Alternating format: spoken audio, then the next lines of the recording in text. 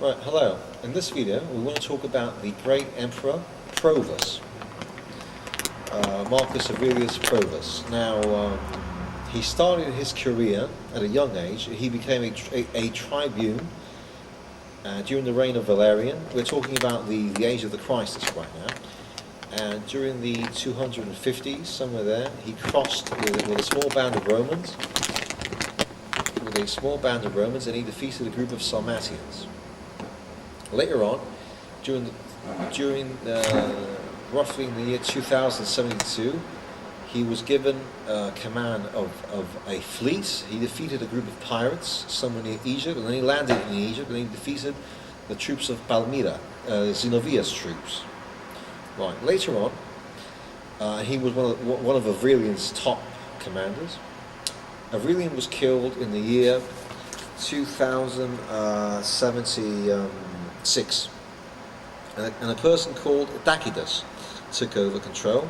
Now, Tacitus, he defeated a group of Germanic tribes who crossed the Bosporus near Constantinople. Right, and then he crossed somewhere near Tarsus in Cilicia, and there he was murdered by several troops. And a certain Florianus took over control of the army, and all of a sudden, somehow, Probus became the emperor of the East from Cilicia onwards, so probably Syria, Phoenicia, Lebanon, and Egypt. And Florus was murdered by a group of mutinous troops, and so Probus became the head of the Roman Empire, just a few months after the death of Aurelianus, the great emperor. And let's remind people that Aurelian was the person who got a defeated empire, a ruined empire, and he restored it in his 5.5-year reign. And Probus was also a good general, and he was also almost as powerful and as competent a ruler as Aurelianus was. Right, so what happened was that in the year 276, Probus invited the Praetorian Guards who murdered Aurelianus and Tacitus to a feast, and then he treacherously attacked and murdered the conspirators. Right, in the next year, 277, the Germans, 400,000 strong, they invaded Gaul. They captured 60 cities. And Probus, along with his picked troops, he defeated the Logiones tribe, and he seized the chieftain Semno and his son. Later he defeated the Franks, and later he defeated the Burgundians and the Vandals, and he seized the German commander Iculus. Right, and some of the German prisoners were sent to Britain. Right, in the following year, actually the year after that, 279, a group of Sarmatians again invaded Illyricum, Illyria, modern-day Yugoslavia, and he defeated them. And perhaps in the same year, he defeated the Yete, Germanic tribe, Thracian Germanic tribe, and he forced them to surrender, and he settled them somewhere in Thrace, modern-day Bulgaria. The following year, 280 AD, the Isavians. The Isavians are a savage tribe in Asia Minor. They were never purely Romanized or Hellenized. Some of them may have spoken a bit of Greek, and they rebelled, and they would rebel year after year. Right, and according to the Historia Augusta, the leader of the Isavians was called Balfurius. According to Zosimus, the leader was called Lydius. Right, and after raiding some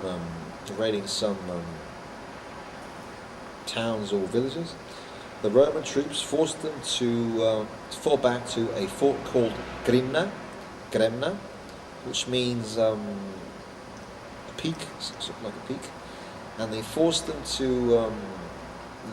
They suffered from starvation, and what happened was the Isavians, they tried to get the women folk, the children, and the elderly out there, but the Romans forced them back, so it's the cause of famine. And what happened was that Lydius, the commander of the Gremna, he exiled a certain Isavian who created war machines, and so the engineer told the Roman commander that Lydius took out his face through a certain window, and he observed the Roman troops from below. And the Romans, they took this catapult or something, and they struck him in the face, and Lydius was dead. And then they forced the rest of them to surrender. Right. In the following year, 280, the Blemia, an Egyptian tribe, a barbarous Egyptian tribe, perhaps Berber tribe, they rebelled and they captured the city of Coptus and the Greek colony Ptolemaida. Right. And Probus defeated the enemy, recovered the province, and took many prisoners. And at roughly the same time, Probus formed a peace treaty with the Persian king Shah Narses, or perhaps it was Bahram II. Right, in 281, Probus and the Romans defeated the Bastarne tribe, a Germanic tribe, and they settled them in Thrace. Now, roughly in the same year, a coalition of Germanic tribes, the Gepids, Grethungi, and Vandals, raided by sea and land, and they raided parts of Greece, and they raided some parts of and they landed at Syracuse in Sicily, killed many of the citizens, and then they landed in Carthage, but they were defeated by the Roman garrison. There they were forced to retreat. Right.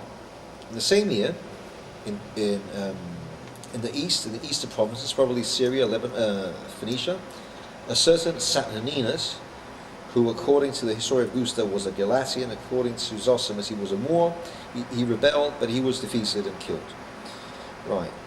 Later on, a certain Proculus, a German Celt, created a rebellion in Gaul, and he seized the city of Lugdunum, modern day Lyons, and he defeated the Alemanni, Germans, and Proculus allied himself to the Franks, and they defeated Proculus in a battle. Right. Later on, a certain Bonosus seized power in Germania, and the Romans defeated him as well in a hard battle. Right. And a certain Victorinus also, a Moor, revolted, and he was killed by his troops. Right. Now, roughly in the same year, a group of 80 gladiators rebelled. They killed their masters. They gathered several other bandits, and they raided parts of Italy, but they were defeated by the Romans. Right. So this is the final year of Probus, 281 again. And, well, despite the treaty he signed with Shah Narseh, or Bahram II, the Romans declared war on Persia, the Persian Empire. And he stopped by his hometown of Sirmium, which is in modern-day Yugoslavia, Serbia. And then, according to the History of Augusta, Probus ordered some soldiers to build a drain. They rebelled and they killed him. Right. And he reigned for roughly 6 years. According to Eutropius, he reigned for 6 years and 4 months. According to Eusebius of Caesarea, even less than 6 years. So that is roughly the story about Probus. And he was a good emperor.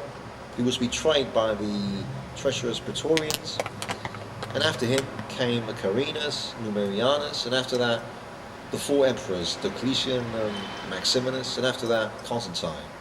And sadly, the Roman Empire, instead of rebuilding itself, it elapsed into civil wars again and again and again and again, until it collapsed by the Germanic tribes and the Scythian tribes. It was the lack of manpower that actually did it. But Probus was one of the top emperors during the age of the crisis, before Constantine the Great built Constantinople himself. Right? Wraps it up.